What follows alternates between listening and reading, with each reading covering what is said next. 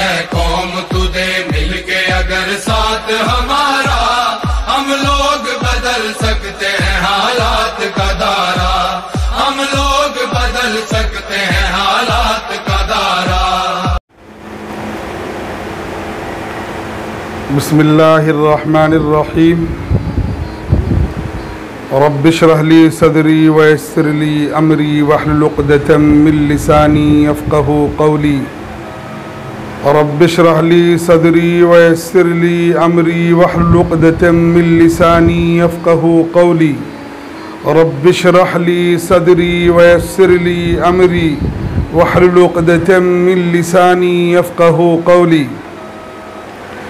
अल्लाह रब्बुल इज़्ज़त का बेइंतहा करम है कि एहसान है, अल्लाह पाक ने इस मुक़द्दस महीने में हमें और आपको इबादत और कुरान मुक़द्दस और तरावी जैसी नियामत से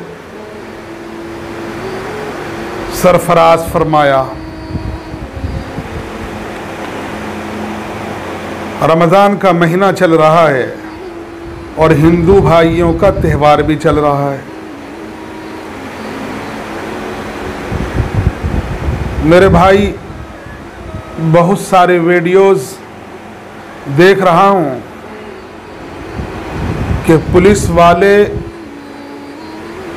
एक जानवर के तरीके से मुसलमान नौजवानों को पकड़कर रमज़ान के महीने में रोज़े की हालत में पकड़ करके डंडे बरसा रहे हैं।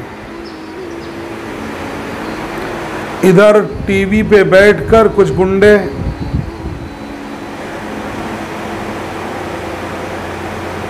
उन चीज़ों को सही और गलत साबित करने में लगे हुए हैं।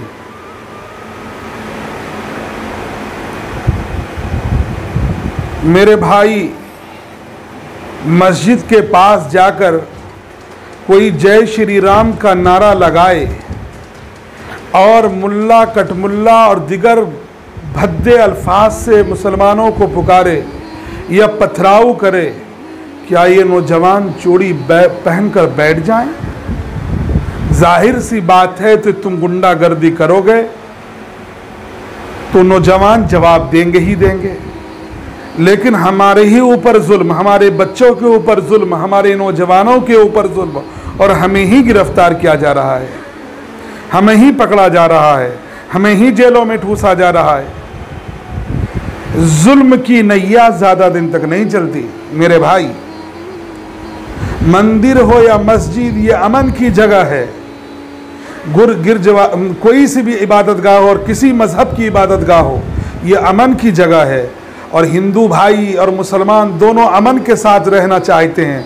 लेकिन बजरंग दल और दिगर हिंदू तंजीमों के दहशतगर्द मंदिरों के पास, मस्जिदों के पास और लोगों को अमन व सुकून के साथ रहना नहीं देना चाहते।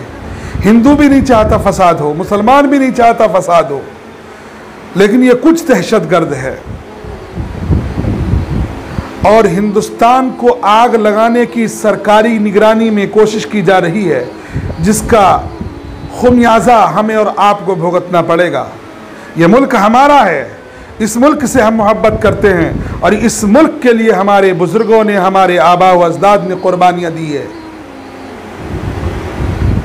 नौजवानों, मौत को अपने दिल से निकालो, जो हमारे अकाबिरीन ने कहा। मौलाना अरशद मदनी, हज़रत मौलाना मुफ्ती अबुल कासिम साहब नौमानी, मौलाना महमूद मदनी ने जो वीडियोस जारी करके और अखबारों में और दिगर जगहों पर ऐलान किए हैं कि अपने दिलों से मौत के खौफ को निकालो। मौत आने ही आना है, वो चाहे जिस हाल में आए। शर की कोई जगह नहीं है, खुद शर करो मत। अगर कहीं शर हो रहा है तो वहां से मुस्कुरा कर निकल जाओ। इसके बाद भी अगर तुम्हारे साथ जुल्म होता है तो मुकाबला करो, डटकर मुकाबला करो, निडर होके। मरना ऐसे भी है, मरना वैसे भी है। लेकिन हिंदू मुसलमान कोई जंग नहीं चाहता, कोई फसाद नहीं चाहता। ये कुछ शर्री लोग हैं, ये कुछ जालिम लोग हैं और सरकार और पुलिस पूरी पुष्टपनाही कर रही है। इनकी निगरानी में हो रहे हैं, वरना इनकी हिम्मत क्या अगर पुलिस चाहे और फसाद हो जाए, सरकार चाहे और फसाद हो जाए।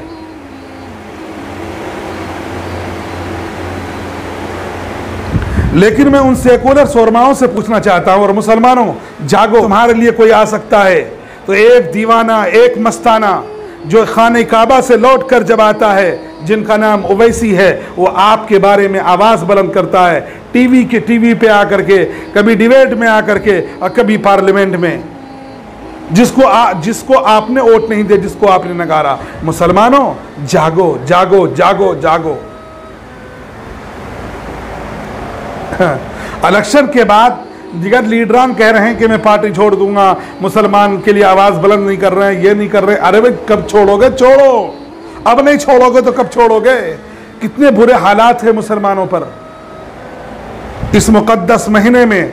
उन बेचारों के लिए दिल्ली में जो फसाद हुए हैं और दिगर जगहों पे जो फसाद हुए हैं, और इन गुंडों ने बिल्डोजर से जो उनके मकान ढाए हैं, उन लोगों के लिए दुआ करें और उन लोगों को मदद भी पहुंचाएं, उन लोगों को मदद भी पहुंचाएं, उन लोगों की मदद भी करें।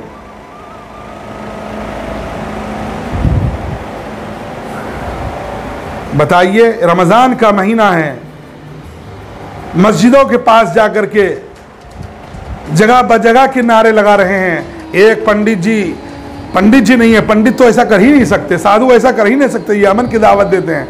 लेकिन वो पंडित की ढंगल में ढोंगी, वो ये कह रहे हैं मुसलमान की बेटियों की इज्जत लूटने के बारे में बातें कर रहे हैं। मुसलमानों कहाँ सो रहे हो? जागो जागो, अपने कायद को समझो। ये जो 36 जीत करके आए हैं, इनका भी तो फर्ज बनता है कि अपनी कौम के लिए सामने आए, धरने दें।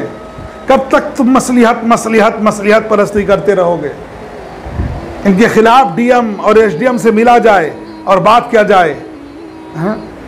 डर खौफ को दिल से निकाल दो, मौत को खुद शर्म मत करो, और मौत अगर सर पे आ जाए तो डरने की जरूरत नहीं, मुकाबले के साथ और पूरे अपनी बचाव के साथ अपने आप की हिफाजत करो।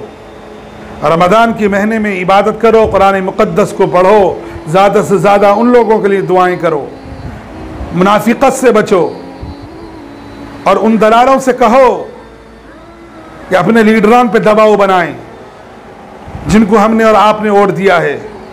वो आए सामने, कौन से बिल में बैठे हैं वो, कब आएंगे? इलेक्शन के दौरान। अल्लाह पाक हमें और आपको समझने की तौफीक अता फरमाए और मुल्क की हमारी हिफाजत फरमाए, मुल्क में बसने वालों की हिफाजत फरमाए। व आखिर दावाना अनिल हम्दुलिल्लाहि रब्बिल आलमीन।